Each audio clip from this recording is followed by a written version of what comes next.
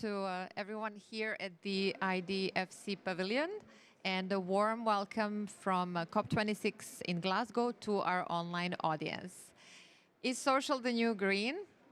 We know that the climate crisis is also a social crisis, but the link between climate action and social investment has been missing from the prevailing climate action narrative.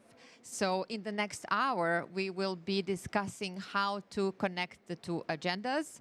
And I'm very pleased to introduce our speakers. Here in the pavilion with me, Isabel Brun, Head of Strategic Development at the Council of Europe Development Bank, and also co-lead of the Coalition for Social Investment. Isabel has been battling a terrible cold for the past few days, so thank you so much for making the effort to be here. Connecting remotely today, we have Julie Becker, CEO of Luxembourg Stock Exchange from Luxembourg, Bent Madsen, President of Housing Europe, and Adama Mariko, Secretary General of the Finance in Common, connecting today from Paris. We will also be joined later on the stage by Dr. Agnes Suka, who is Head of Health and Social Protection at AfD.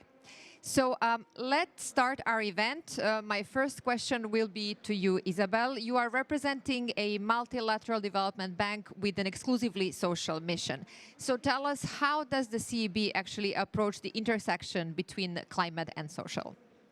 Yes, hello. Thank you very much, Yalitza, and I hope my voice makes it through the event, so we'll see. Apologies in advance. So you mentioned it indeed, the social and the climate agendas are definitely very much interconnected. This is more and more salient, in particular during extreme crises, extreme events such as the climatic events, rising sea levels, rising temperatures, droughts, floods. So what we observe is that the most vulnerable, the poorest, the ones with less resources are always more exposed because they tend to live in the riskier places. And they're also less prepared to recover and bounce back after the immediate crisis. So instead of narrowing the inequality gap, what we observed, including during the recent COVID-19 crisis, is actually a widening inequality gap. And of course, COVID is a health crisis, but we know that climatic events, environmental, biodiversity issues tend to create such crises in a similar fashion and will continue to do so, and increasingly so in the future.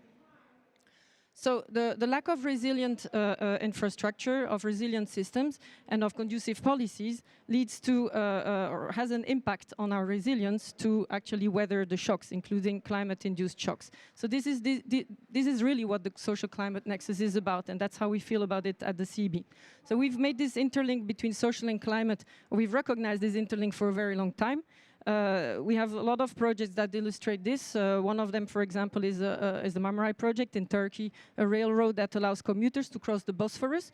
So in essence, it's a project that allows to save a lot of CO2 emissions significantly.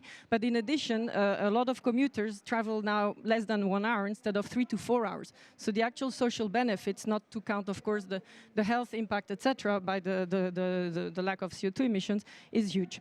Another sector is the energy efficiency sector, whether in public buildings or in housing. We know that the most vulnerable live in a lot of, let's say, face energy poverty. They live in buildings that are less isolated and actually end up sometimes spending more on their energy bills than on their rent, which is, a shock for many of us. We have actually a technical brief that speaks about that at the CEB. I don't know if our colleague can put the link in the chat. In terms of last type of sector I wanted to mention was the flood protection, a sector in which the CEB is also very active since at least the 90s, so as far as I know, like in Poland and more recently in Greece. So this type of mitigation projects have an obvious impact adaptation projects have an obvious link to the climate, since we know that the climate scenarios are evolving and will evolve dramatically in the coming years. But there's the obvious social impact, which in the more extreme cases is the saving, or preventing loss of life, but also very much preventing the loss of housing and of the way of jobs, or the way of bouncing back actually after a flood. A lot of people lose their jobs, and the job places are actually destroyed. So it's very clear that resilient infrastructure helps people recover better, and countries and societies as a whole recover better. So this is absolutely not a new topic, but we see that the narrative is still lacking or lagging behind. Investment or spending, or let's say financing the social sectors is still very much seen as a spending rather than an investment, whereas there's clear studies that show that there's a very good returns on investment in the social sectors, and that it increases the preparedness of populations and of societies as a whole. So this is why we think as a social bank, the CB is very glad to bring this topic here at the COP26 today. And we thank, by the way, the IDFC who's hosting us in their pavilion today. So this change of narrative for us is key, and we've identified two topics that have that could help with it. The one is the definition of the scope or the perimeter of social investment. It means a very different things for people in different areas of the globe, and I think for all of us, if you ask us spontaneously what is social investment, I think you'll find a broad range of responses, and that's also the case for all the development banks like us. And also how to account for the level of support in social investment, and beyond that, maybe even, I mean, one could dream about really measuring the impact in a sort of an aggregated and similar fashion. So we think at the CB that MDBs, multilateral development banks such as us, and more broadly public development banks have a role to play in helping bringing this narrative through. We have a multi-sector approach. We apply high standards to our project. We have expertise, which we can share, and we help putting in place for the implementation of the project. And our expertise can also, of course, help influence and shaping policies. So we think that public development banks can be great promoters and supporters for social investment and for the mutually reinforcing benefits of climate and social investments, and that public development banks can leverage their complementarity at all the levels of the development financing architecture. So maybe a bit later in the event, I'll tell you a bit more about an initiative we're very proud to lead together with the Agence Française de Développement, the AFD, which is an IDFC member. We have launched this coalition exactly 1 year ago, actually, at the Financing Common Summit, which I'm sure Adama will tell us more about. And we, based on 3 pillars, which are knowledge, action, and advocacy in particular, we would like to, or we hope that we can really play our role to bring this narrative through of the support to social investment and the social and climate nexus in particular. Thanks. Thank you very much, Isabel. We will definitely hear more later about the role of the public development banks. You can now rest your voice. While we move to our remote speakers, let's start with Bent Manson, who is the president of Housing Europe. Let's hear a little bit about how housing exemplifies the challenges of reconciling the climate agenda and the social agenda. Bent, you have the floor. Thank you very much, and it's very present for us, this agenda. We represent, and we are very happy to be here today. We represent more than 26 million homes all over Europe. And when you look at the social housing and the homes and the families who live in our homes, it's the most challenged families. So it's a very important agenda to take the green agenda and take the social agenda and have them hand in hand. When we look all over our members in Housing Europe, what we see is what has already been told here: energy poverty, higher energy prices, and more energy poverty. So we need a deep refurbishment of many of the homes in the social housing sector and the cooperative housing sector all over Europe. And when we look at it, the most green energy we have is maybe the energy that we do not use. And when we make a refurbishment of a home, the building envelope, the experience is that we can reduce the use of energy between 30 and 40%. But for what are we doing? We're taking old homes, old buildings, and move them up to a modern standard of energy use and much more reduced energy.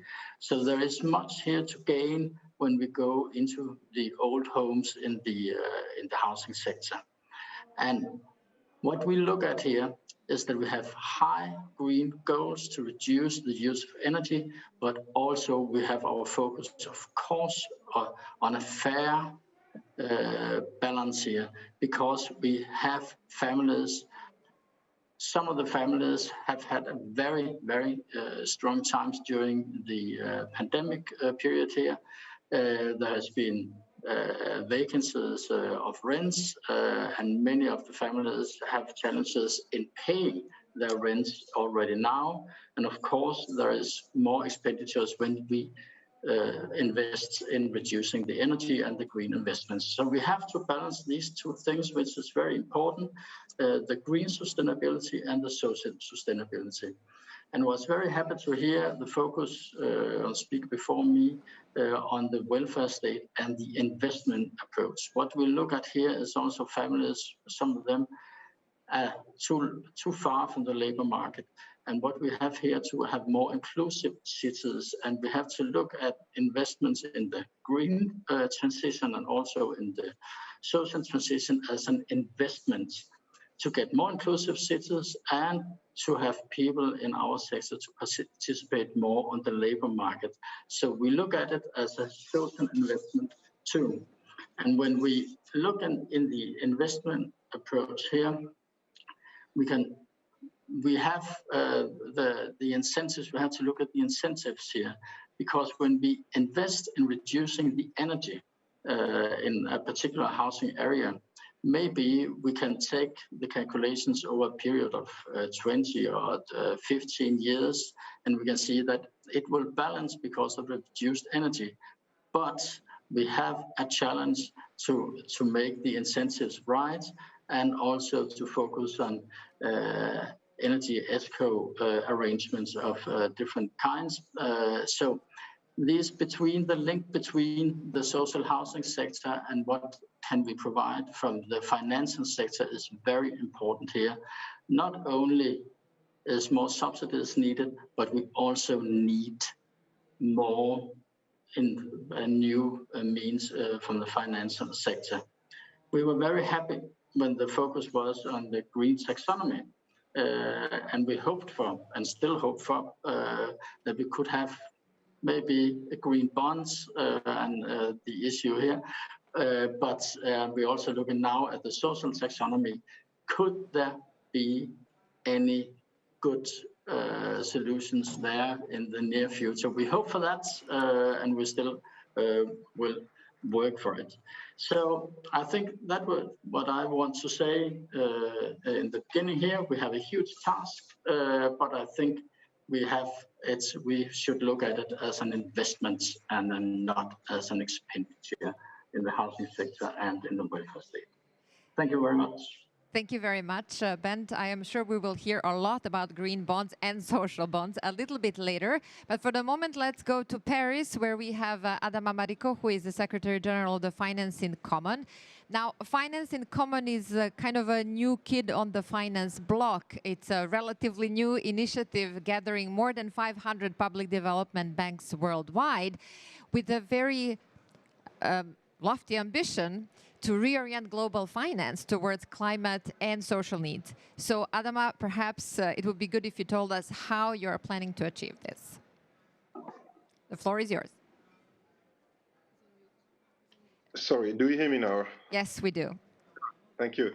Thank you very much for this initiative. Thank you to CEB and, of course, IDFC hosting us at the COP. Thank you. I mean, it's a pleasure to be with you. We all remember the COP15 and the hope it brought to young generation. This COP has never been more important, and the public development banks can't talk their way out of it. PDBs should have a clear net zero mandate from their governments, actually. And yeah, Finance in Common is a new kid in the block, but it gathers public development banks which are here, from centuries. For some of them, they have funded the development in Europe, and of course, AFD is having his 80 years birthday this year, and I think CEB is like 60 years, if I'm not wrong. 65, in fact. Five, sure. So it's really important to have a common voice and to speak about what we need, not just for ourselves. A clear mandate because we have the capacity to redirect a part of the international finance flows and to redirect it to subjects that matters to people. We have a role to play because climate matters, health matters, social stability matters, gender equality matters, biodiversity matters, and people matters. So that's why we work together in Finance in Common. And thank you very much for this opportunity to tell you about who we are and what do we do. First of all, just wanted to underline the fact that I think the title of this event captures pretty well where do we stand today and why this COP26 is so important.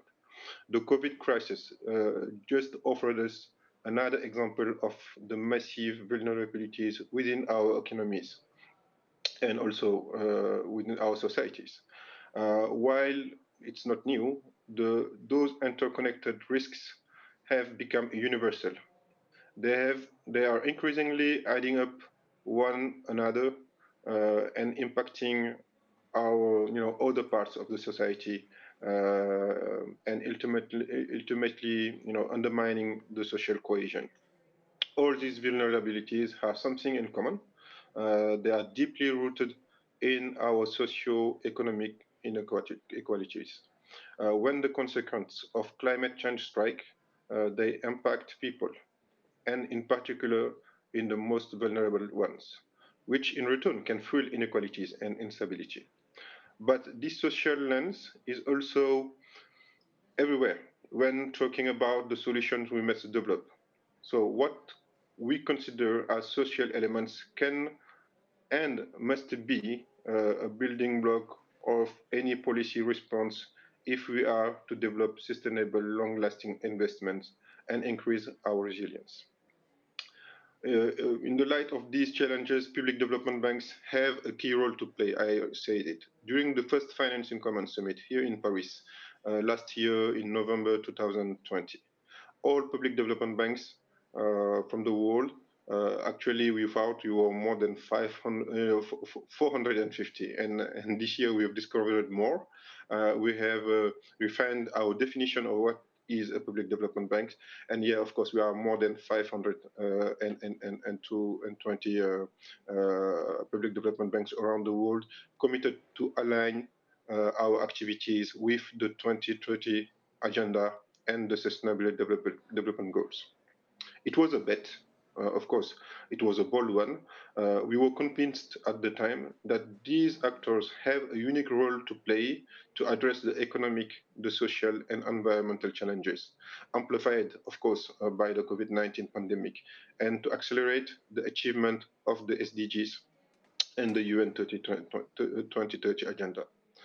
We gathered this year again in Rome. Of course, it was a couple of weeks ago, in the context of the Italian G20 presidency, and we were, willing to address issues and the core of the COP26, such as, catalyzing public and private resources towards sustainable agri-food system and food security, towards adaptation to climate change, biodiversity protection, promotion of gender equality, I said it, and social inclusion. This shows the huge impact and positive influence that the public development banks can have in the context of Finance in Common initiative. Public development banks are about people, and that's why we have to finance in common. So what do we do? Our role is even more important as the countries around the world are coming out from this COVID crisis with a very little fiscal space available for them, so they have to find solutions, and we are part of this solution. I mean, public development banks represent investments of over $2.5 trillion in the aggregated annual outflows. We fund health, agriculture, housing, financial inclusion, female job creation, education. And those investments represent above 12% of the total global investments. So that has big numbers, but there are already also impacts behind them. And those impacts, we have to make them broader and more aligned banks to have 100% of their mandate going towards those SDGs and the Paris Agreement. As such, how the public development banks and DFIs invest, impact people and the planet.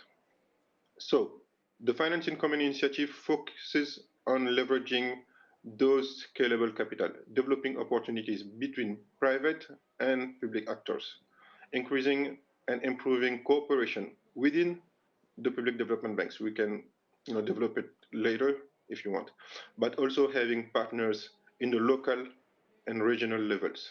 We cannot just have these international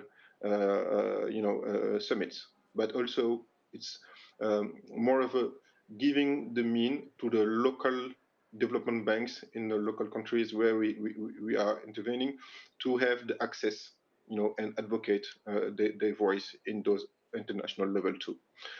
Public finance can indeed play a critical role in working towards the SDGs and the alignment of finance with the SDGs, because they operate at the subnational, national, and regional level, because we gather multilateral level with bilateral ones and national banks. They have also the ability to adapt their roles in changing the needs at different stages of development, and point in times.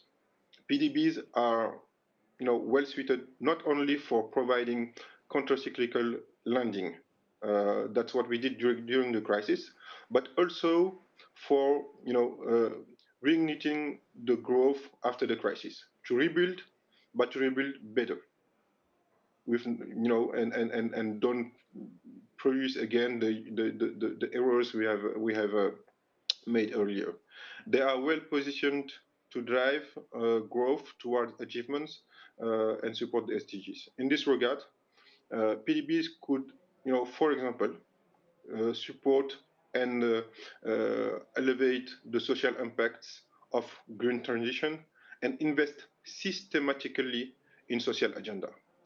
I mean, the literature and our experience is crystal clear on that. Social investment, and it has been said, social investment is not a cost. And in this part, believe the guy who has been managing performance control and budget of a bank. It was my former job. So it's not just a cost. Social investment is not a cost. It provides impacts and returns for investment and for investors, and for the planet. So we need to change this paradigm. This is why fixed platform like the Coalition for Social Investment, which convenes today, and thank you again for that, is so relevant for me. So relevant and going forward to advocate for new mindset. I will stop here.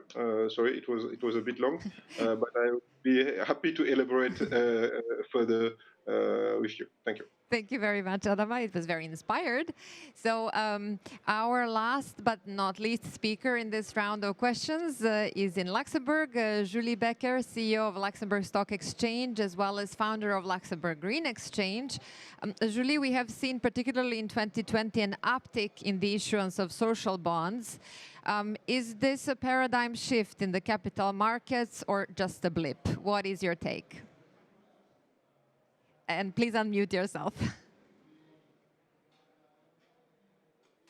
Sorry for that.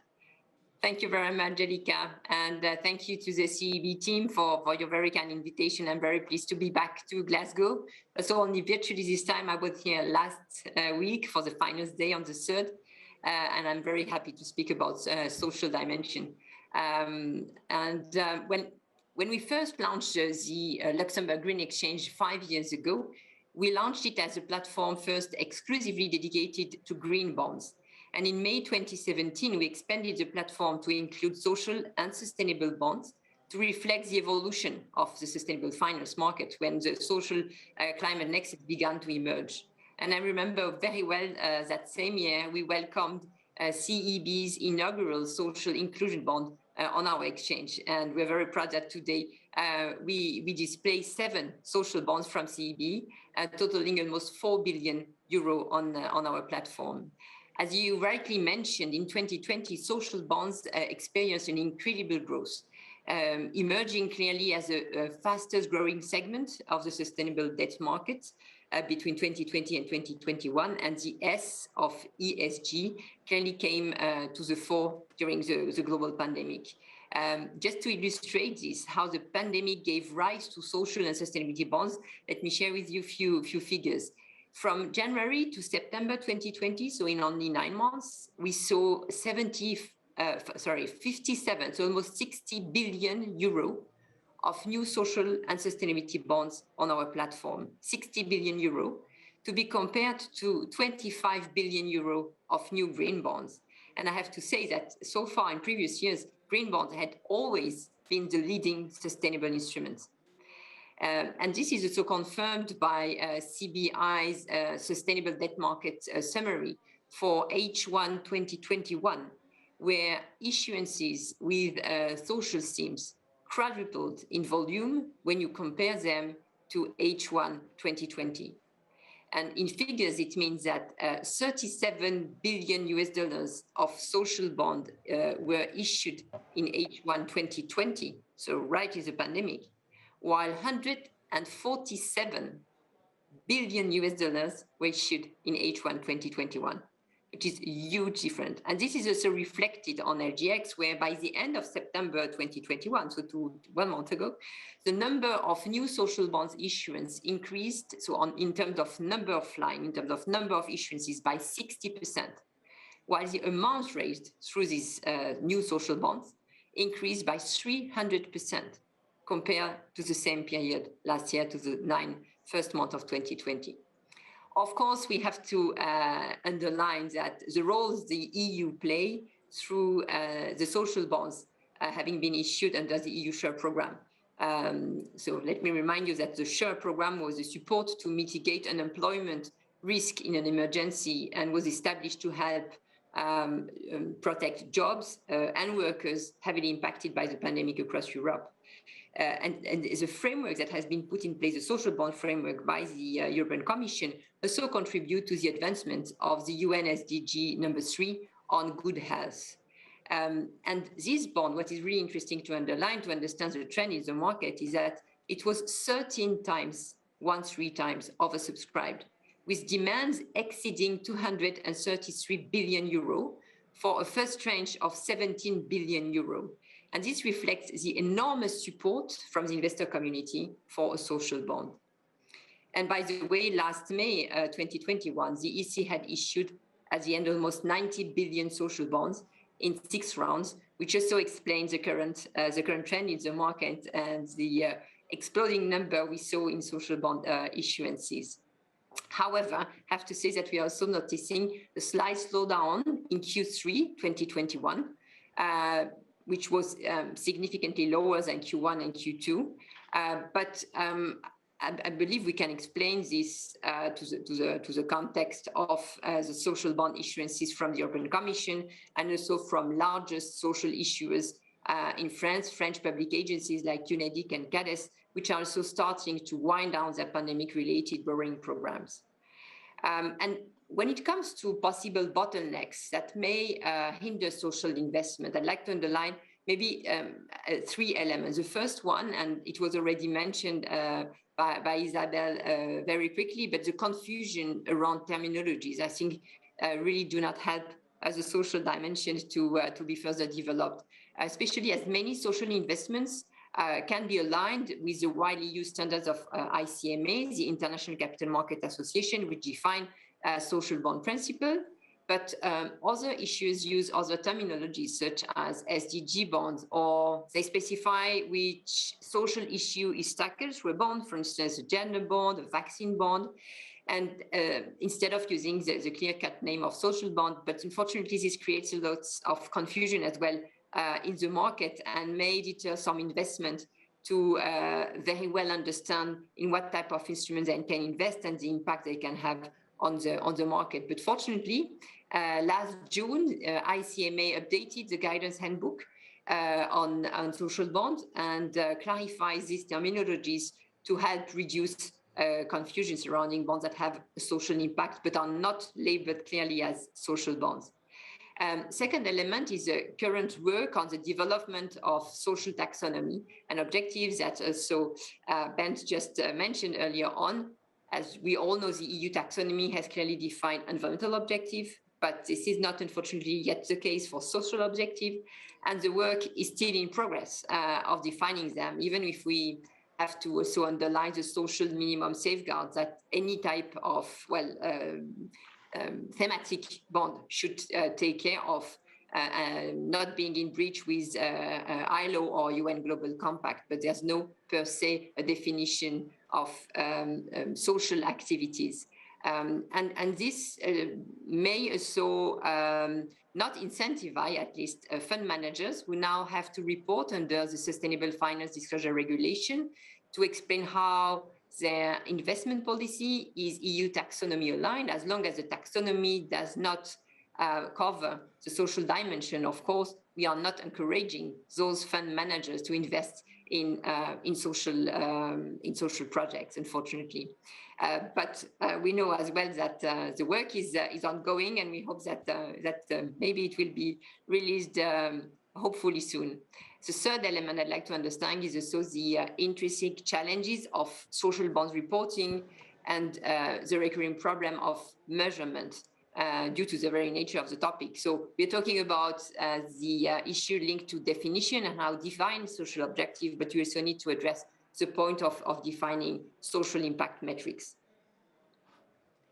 Thank you very much, Julie. The figures you shared are incredibly promising, even though you identified certain challenges and bottlenecks. Now, I have some follow-up questions to all of the speakers, and I would like to begin with Bent. Let's talk a little bit about, what are some innovative solutions to actually connect the social and climate agenda in the housing sector. The floor is yours, Bent. Thank you. Yes, I think it's a big challenge, but we have also had some of the key solutions here. What we have to look at is that we have to look at it, if we look at the social dimension and also the green dimension, we have to look at it from an investment perspective. And I was very happy to hear that the social bonds, it's a so huge and growing market here. When we focus a little bit on the green side and the green taxonomy, I think we have to follow the most optimal solutions. And when I said the most optimal solutions, I could be a little bit afraid of too many restrictions, because we have to have some performance demands about the housing sector. But when we go further this way, when we also have some demands of how the building materials should perform, and right now we're looking at we have to invest a certain percentage each and every year. And when we are going down this path, we can divide from the optimal solution part. And when we do that, it can be more and more difficult to come close to green bonds and ESCO solutions, because we have too many restrictions. And I think we should, as economists, look at that very, very closely. It's one thing which is very important right now and could be an obstacle right now. And when we look at the social dimension, if we look at a housing area as a kind of an investment hub, and when we look at our housing areas and as investment hubs, we have many, as I said before, and you all know that, when many people outside the labor market, we have kids performing not well, could perform better in schools. When we look at it as investment hubs, you can calculate, of course, a very huge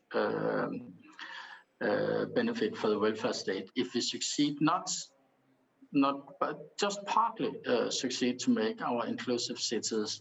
And I can tell you what we're doing right now in in my own country, Denmark, we are taking all the big housing areas and we have measurement in details from registrars, and we said, what will it be? What will the effect be on the municipal economy and on the general the Danish economy if we move these housing areas closer to what is the Danish average? And from that perspective, we are now making social investments, and I think we could do that, and I hope it will be a success because it will maybe come closer to social impact bonds, and what we are doing here is social investments which could comply to social investments bonds. And the I think if we can combine these two investments perspectives from the green perspective and the social perspectives, and maybe I will say a little bit more about industrial policy later on, because we can take that close to the green transition. But at least these two investment perspectives, I think that is the key to have the green and the social transition go hand in hand, which is necessary to succeed.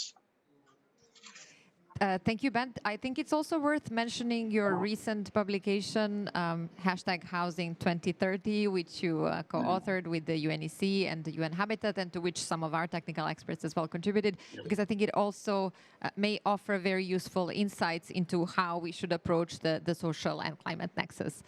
I would actually now like to invite Dr. Agnes Suka to join us here on the stage and to tell us the latest in terms of global initiatives to connect climate action and investment in global public health. So thank you very much for being here, Agnes. Thank you very much. I mean, we all live in a COVID-19 world, and when COVID-19 hit us in 2020, the world was really not prepared. And I think this really, our experience of the past 18 months has been very much the experience of not having invested in the critical function of health systems.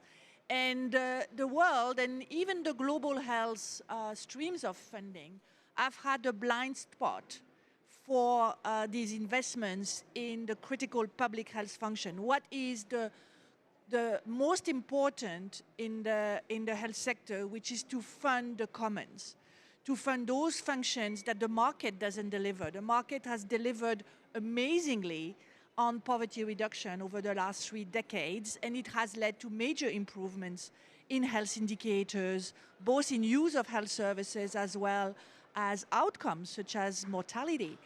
But in fact, those funding has not been invested in institutions that prepare us to the threats of today and the threats of tomorrow. So we need to rethink the way we invest in health systems, and that is very clear when it comes to pandemic preparedness. But pandemic preparedness is just one aspect of the overall environmental health agenda, and among this, the growing threat of climate change on human health.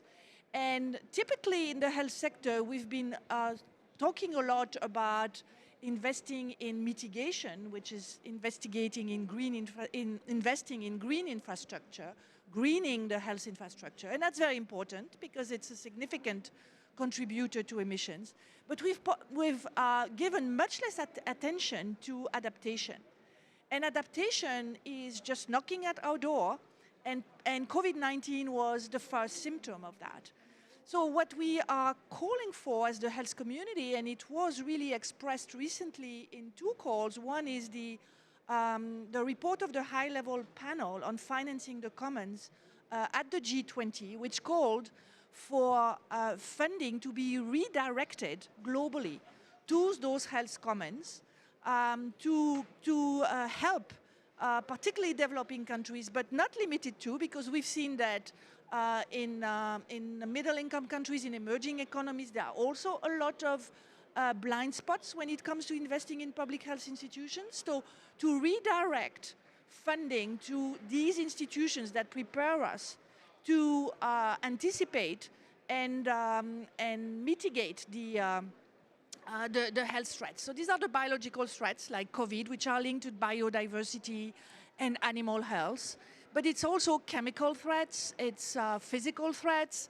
It is generally how human health is integrated in an increasingly rapidly changing environment and ecosystem that is a major contributor to our health. So all of this needs to be really rethought, and this panel actually calls for 15 billion investment annually. It's not that much, right? It's a 15 billion that needs to be invested to strengthen these institutions. So what are we talking about? We're talking about institution of surveillance, data.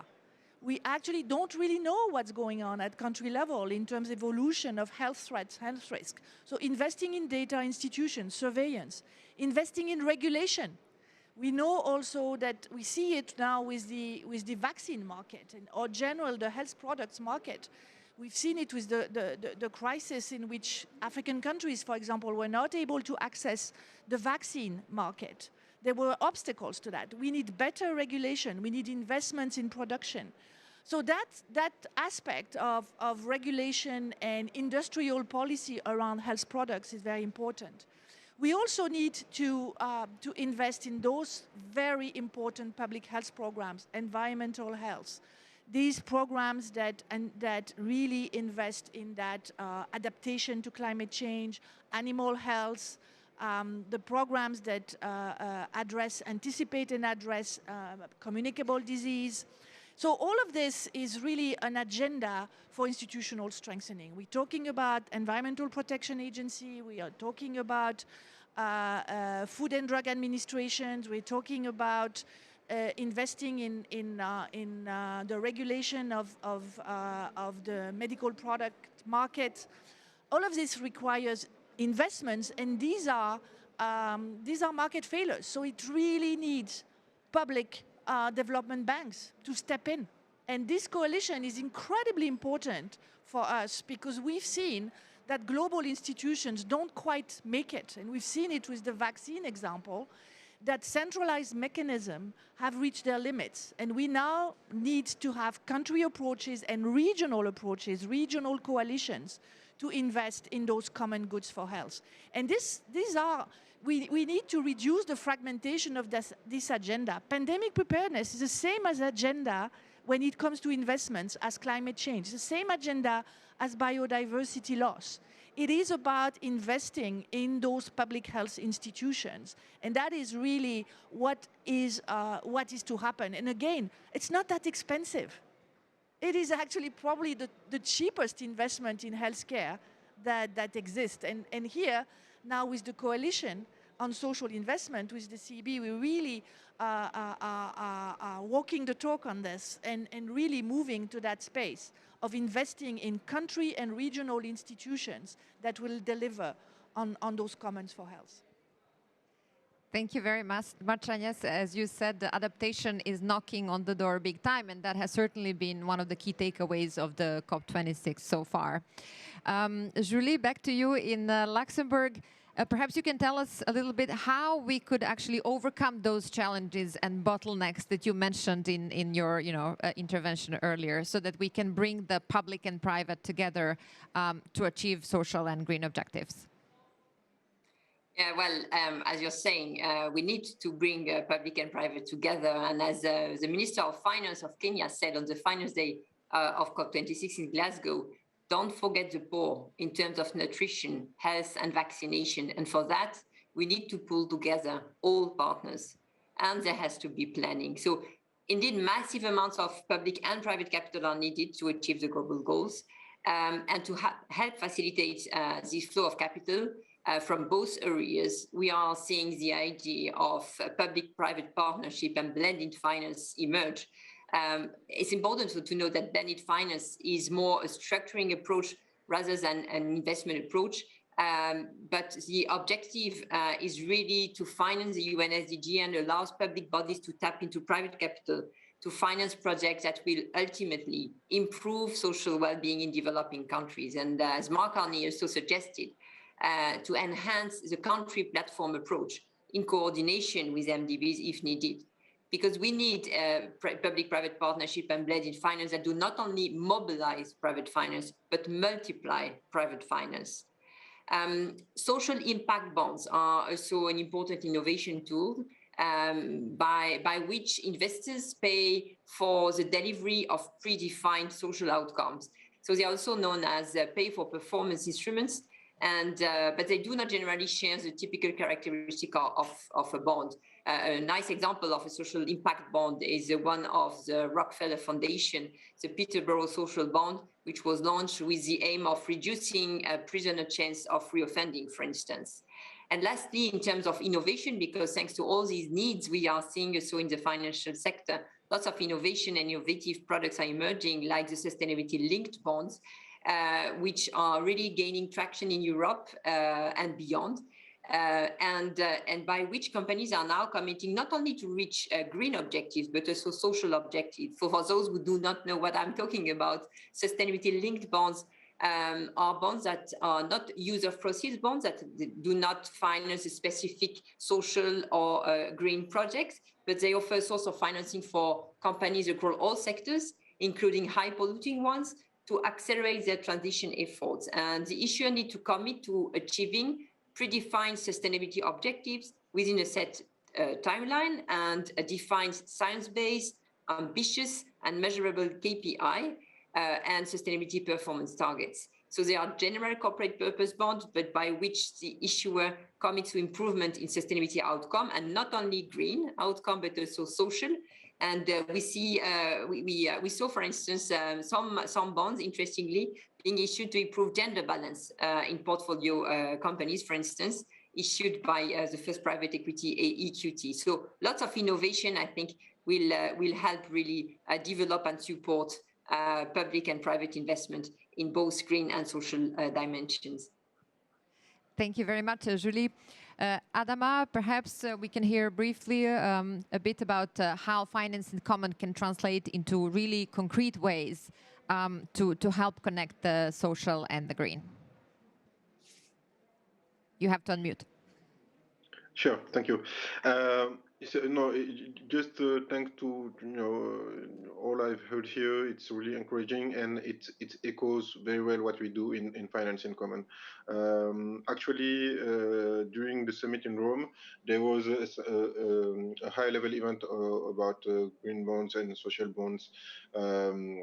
And one of the speakers, I mean, all of them actually, was agreed to say that it's not a problem of resource, and of course, investors. We now know to convince investors to bring the money into those PDBs because we are issuing green and social bonds. But the problem is the portfolios, the projects in which we are investing concretely. And that's where the banks and the public banks need to align their process and go in a transformative way to do their activities. And by saying that, what we are saying is that we have solved I mean, we are trying to solve the supply part, where we bring the resources to invest on those projects. But there is also a demand part. That's where we have to convince our partners to also imagine for themselves projects which are aligned and needed green bonds and public development banks investment. So by saying all that, what I can add is that the Finance in Common is a place where we do partnerships. Rémi Rioux, as a CEO of IFD, chairman of IDFC and Finance Common, used to say that private sector, they compete, and countries, they do geopolitics, but public development banks, at most, we cooperate, right? And that's Finance in Common. That's where we cooperate to share knowledge, but also to share our balance sheets. And that's where we should, talk about concrete projects and partnership around financing and co-finance projects. For all the PDBs, cooperation with others, transformative actors is needed, particularly other relevant PDBs, financial actors, donors, private sector, civil society, international and local entities in the countries too. I mean, we're talking about cities too, in order to complement and develop synergies between the different type of interventions. Such partnerships also take place in international political agenda for such as COP, where coordination can be maximized, of course, to develop with development partners and local initiatives. International initiatives like Finance in Common or the COP are, I mean, critical, let's say the word, to join forces, achieve more ambitious and longer term transformative actions. So maybe just to add few more things in the innovative and dynamic, and it has been said. If I can just summarize, we need to have a more driving SDG alignment in our actions. Support policy reforms. That's what PDB do. Where they discuss with countries, with regulators, with national. Capital markets, etc., etc. We need also to mobilize, and it has been said, the private finance, and of course that's what we try to do in Finance in Common, and the importance also of adaptive social protection is also important, and of course Agnes has highlighted for AFD. So let's meet in the next Finance in Common for sure. We are looking forward to it. It will be in Africa this time, co-hosted by the African Development Bank and the European Investment Bank. They will co-host it together, and there's where also public development banks includes multilateral development banks, and we should all work together through this. Thank you very much, Adama. And now, in exactly this spirit of working together, I am turning to Isabel, who will tell us more about the Coalition for Social Investment and other initiatives of the CEB to precisely connect the climate agenda and social investment.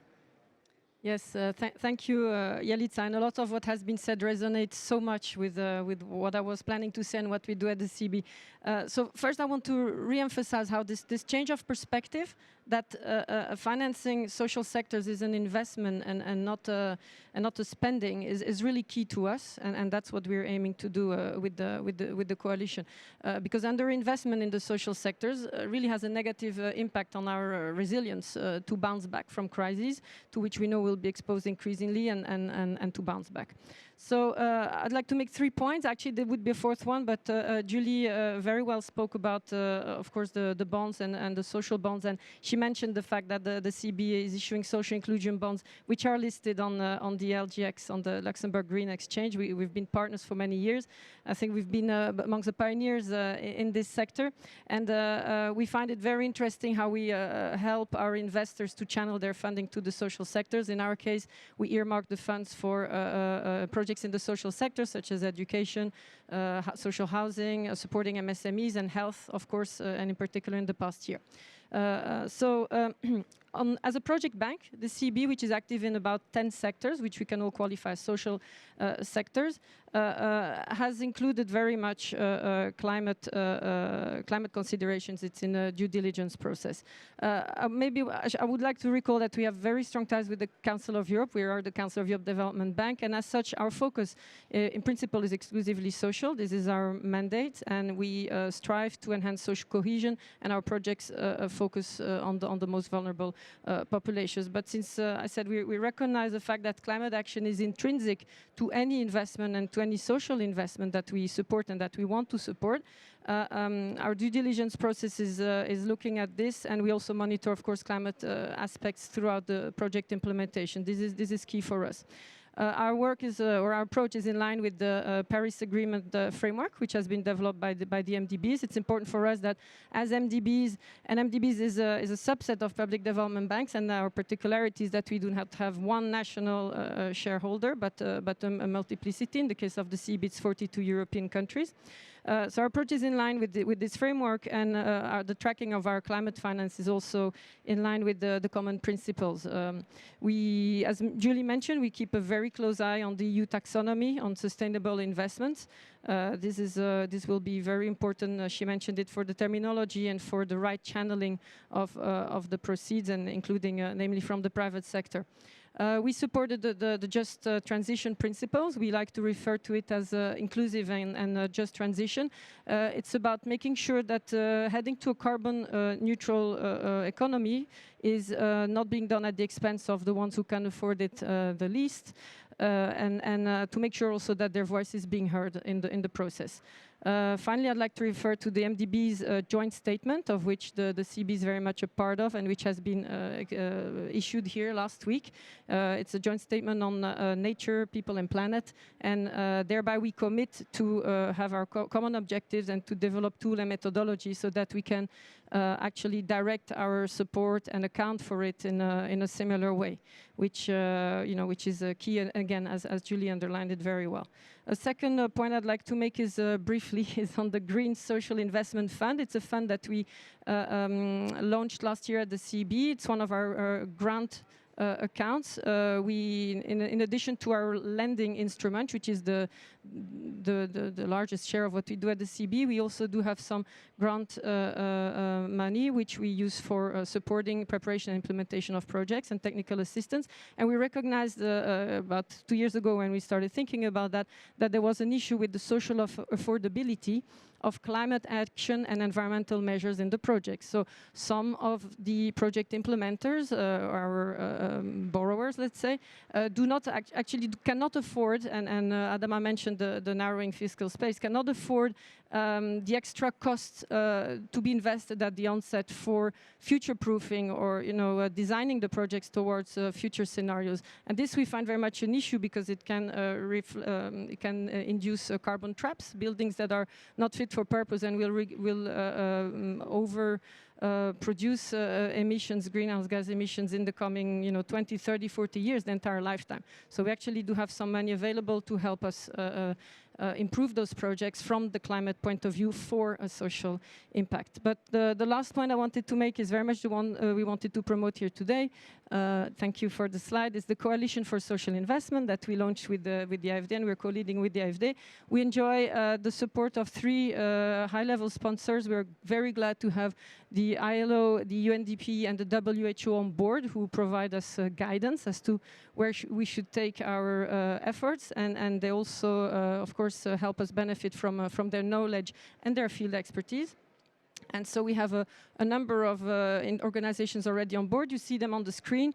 I'm ready to bet there will be a lot more in the coming months, because in fact every time we approach an organization with this, there's a lot of interest in what we propose to do.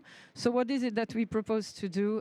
In fact, we are gathering the PDBs that recognize that social investment is very important, that the support to it is needed, more and better support to it, and that want to play a role in it. So our objectives, our 2 objectives, is together to do more and do better, as I said. So it's to direct the financing, including the private financing, facilitate access to the various instruments that exist. To do better, it's to ensure that the knowledge and expertise that out there is shared and is applied every single time, that we learn from each other across the different regions of the world, that social is being mainstreamed in all of the projects and in an integrated approach to urban and territorial planning. So the 3 pillars that we have identified for us to do that is, as I mentioned, knowledge. We are doing our own work, but more importantly, we're sharing the work that's out there. and we will endeavor to share it with others through many webinars in the coming years. Action, which is trying to find projects that actually support social investment and very much tick the box of the social climate nexus, which is what we came to present today, including replicable projects and also, why not, some pilot projects that may be undertaken by the partners of the coalition, whereas maybe they wouldn't have taken place otherwise. And so the last pillar, which is extremely important, is the advocacy, because we realize, as I said, and individually we've spoken today, we have very much the same impression on what we already know and what more is needed.